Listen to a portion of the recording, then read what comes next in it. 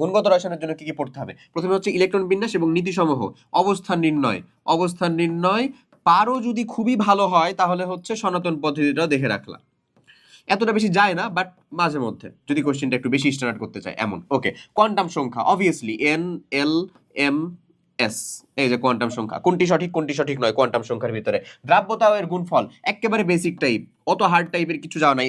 একে অমুক ভাবে বিশকলন করলাম, এখানে আমি সময়ন প্রভাব ঘটালাম, উত্তর কত আসবে হ্যান ত্যান, এরকম ম্যাথ আসবে না, কিন্তু খুব বেসিক টাইপের। যে এই যে ধরে নাও AlCl3, এই যৌগটা দ্রাব্যতার গুণফল কত হবে, যে 1 to the power 1, 3 to the power 3, S to the power 1 plus 3, এতটুকু যেন পারো। এই যে বেসিক টাইপটা একেবারে এটুকু মাস্ট। ওকে, দ্রাব্যতা থেকে পিএইচ অনেক সময় টানতে পারে, হ্যাঁ, এই দ্রাব্যতা থেকে পিএইচ টানতে পারে, এটা মাথায় রাখো। তো পিএইচ এর ক্যালকুলেশনগুলো জানতে হবে আমাদের, মাইনাস লগ হাইড্রোজেন আয়নের ঘনমাত্রা, plus log hydroxyl minus log hydroxyl আয়নের ঘনমাত্রা, এই সকল জিনিস। ওকে, এরপরে চলে আসবে আয়ন শনাক্তকরণ, ভেরি ইম্পর্টেন্ট।